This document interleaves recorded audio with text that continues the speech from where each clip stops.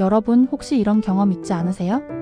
아침에 알람 소리에 눈을 떠서 분명히 일어나야지 하고 손을 뻗어 알람을 끄는데 눈을 감았다 뜨면 이미 30분, 심하면 1시간이 지나 있는 거예요. 저도 정말 자주 겪는데요.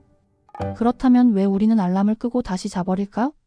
단순히 게으르거나 의지가 약해서 그런 걸까요? 사실은 우리 뇌와 몸의 생리적인 이유가 숨어 있습니다. 오늘은 이 이야기를 해보겠습니다. 1. 수면 주기의 함정. 사람은 잠을 잘 때 얕은 잠과 깊은 잠을 반복합니다. 이걸 수면 주기라고 하는데요. 한 주기는 약 90분 정도예요. 만약 우리가 깊은 잠, 즉 슬로우 웨이브 수면 단계에 있을 때 알람이 울린다면 뇌는 여전히 휴식 모드에 가까운 상태입니다. 이때 억지로 깨면 머리가 무겁고 다시 눕고 싶다는 욕구가 강해지죠. 반대로 얕은 잠 단계에서 알람이 울리면 비교적 쉽게 일어날 수 있습니다. 우리가 알람 끄고 다시 자는 건 단순히 의지 부족이 아니라 깨어나는 타이밍의 문제인 겁니다. 2. 스누즈 버튼의 달콤한 유혹.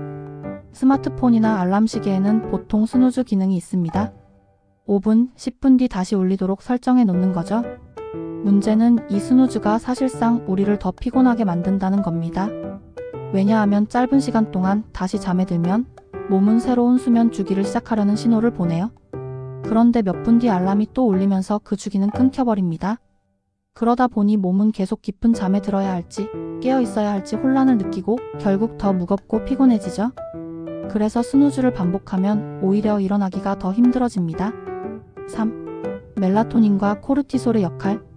우리 몸에는 수면과 각성을 조절하는 대표적인 호르몬이 있습니다. 바로 멜라토닌과 코르티솔인데요.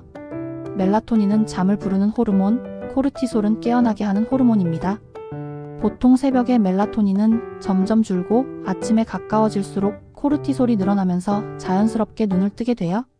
그런데 전날 늦게 자거나 수면 시간이 부족하면 멜라토닌이 여전히 높은 상태에서 알람이 울리게 됩니다. 그러면 뇌는 여전히 잘 시간인데? 하고 신호를 보내고 우리는 저항하기 힘들어져 다시 눈을 감게 되는 거죠. 4. 심리적인 이유도 있다. 흥미로운 건 단순히 생물학적 이유만 있는 게 아니라는 겁니다. 예를 들어 아침에 일어나서 해야 할 일이 너무 버겁거나 스트레스를 준다면 뇌는 무의식적으로 조금만 더 자자하고 회피 전략을 쓰기도 합니다.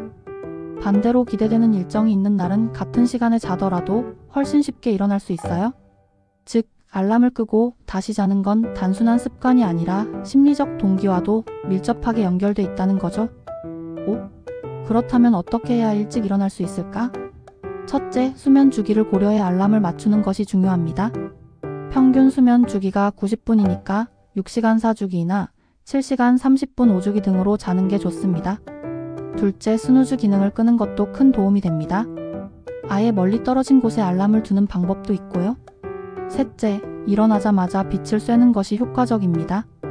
커튼을 열어 햇빛을 받거나 형광등이라도 켜면 코르티솔 분비가 촉진돼 몸이 깰 준비를 더 빠르게 하게 됩니다. 마지막으로 아침에 기대되는 무언가를 준비하는 것도 좋아요. 맛있는 아침 식사나 좋아하는 음악처럼 작은 보상이 있으면 뇌가 더 쉽게 일어나는 쪽으로 작동합니다. 정리해보면 알람을 끄고 다시 자는 건 게으른 게 아니라 수면 주기, 호르몬, 심리적 요인이 얽혀있는 자연스러운 현상입니다. 하지만 우리가 조금만 생활 습관을 조정한다면 충분히 바꿀 수 있어요. 내일 아침 알람이 울릴 때 오늘 이 영상이 생각난다면 아마 그냥 눈을 감기보단 한 번쯤은 벌떡 일어나게 되지 않을까요?